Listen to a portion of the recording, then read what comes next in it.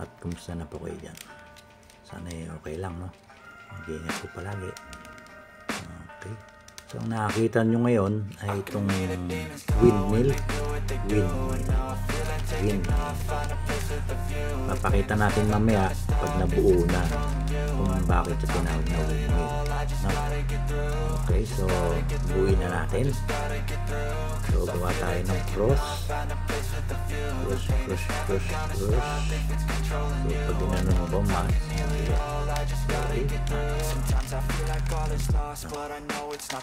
yun. Eh, sayang naman pala yung orange na ulam na. Green pala yun. No. So, itong green na to dito. So, lagay lang natin sa baba. Then, match natin yung gagawa tayo ng cross yun. Isa, yun. So, baba lang natin. Match ba? Yun. Match. So, balik mo natin ito.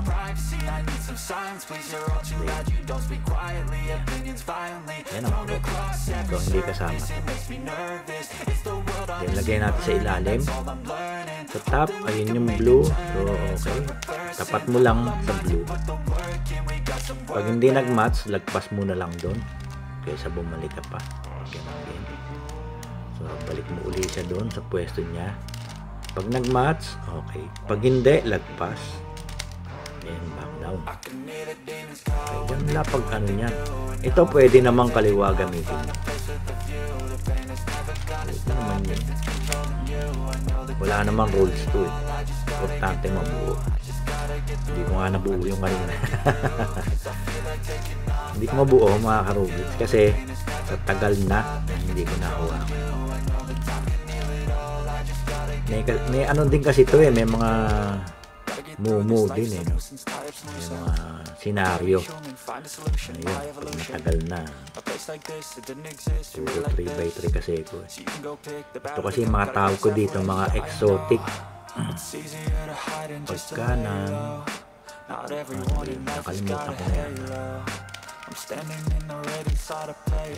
Hindi tama, no?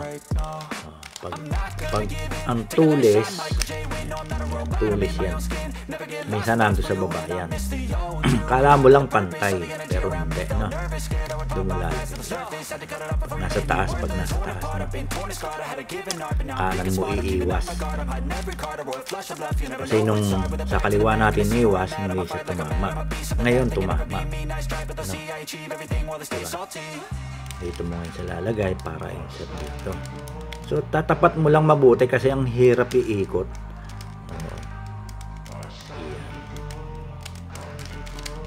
Ayaw pa. Katapat na yan. Dito pala. Tatapat mo lang ng mabuti. Kasi ang hirap iikot. So, wala na pala. Na-insert na natin lahat ng edges. Ang corners. Yung corners yan. Ito ang edges. No. So, dito, ganun din. Sa corners pala, sa second layer, mga karubits, kung ang cross natin minamat sa second layer, yun yung edges, ito. Dito naman, ang edges, ito. Parang ganun eh, no? Nasa loob lahat, to orange. Pag nasa taas bad, tapos dito, no? Pag hindi naman lapat, ayan, ganyan nangyayari dyan. Minsan nakakainis. Pinipihit mo todo puwersa ka na, hindi mo maayos. Layer nito eh. Itong green na yun, nakataas din. Yan, hindi lapat eh. Dapat lalapat, no? Pagka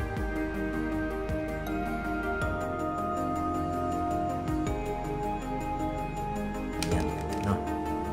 Papakit. Kumbaga sa ano, hindi siya square. Kaya masasabi mong pangit ang cube. Pero pag nabuo, yun, square. Na. Okay. Yun. Okay, next, red. Nasa taas uli, oh. Doon uli siya. Yan. Yun. Diba? Ngayon, kung hindi tama, sa kabila, ulitin, ibalik mo lang uli sa dati. Na? Ganun lang naman yun, eh. Dalawa lang naman yan. Left and right mo, insert. Na? Kung nakalimutan mo yung kuwan. Ito yung sinasabi ko sa inyong parity, oh.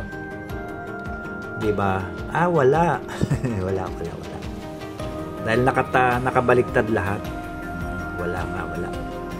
So, okay, so ano mo lang yung F R U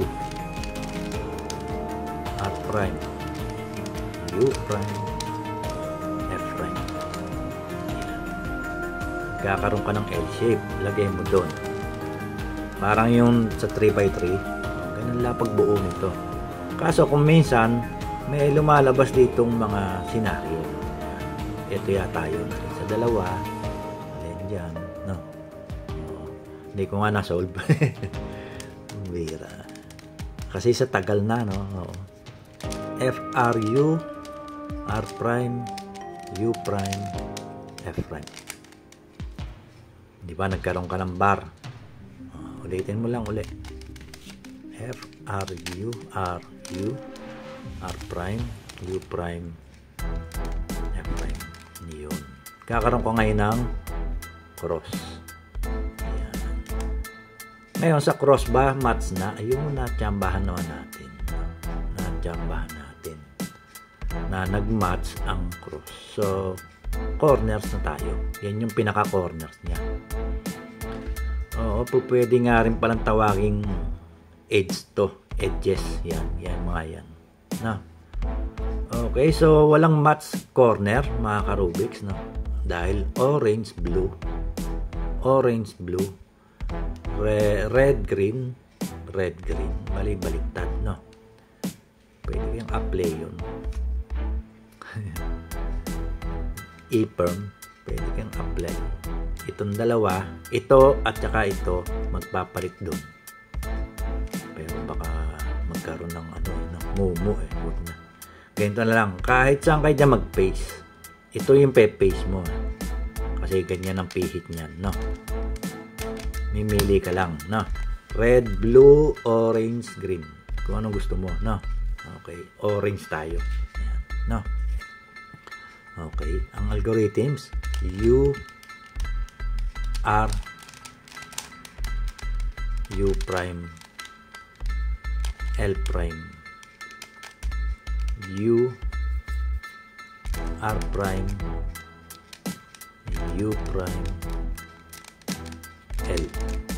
Tapos check natin kung sino tumama. Yung green. Yung green. Ayun. No. So, anong tumama yung green? Hindi na yung orange na ganyan. Yung green. Nakaganyan. No. Okay. So, ulitin mo lang uli.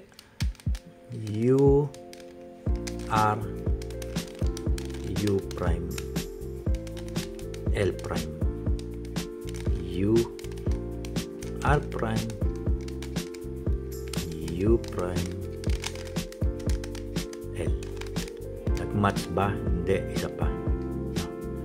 Ulitin lang. U, R, U prime, L prime,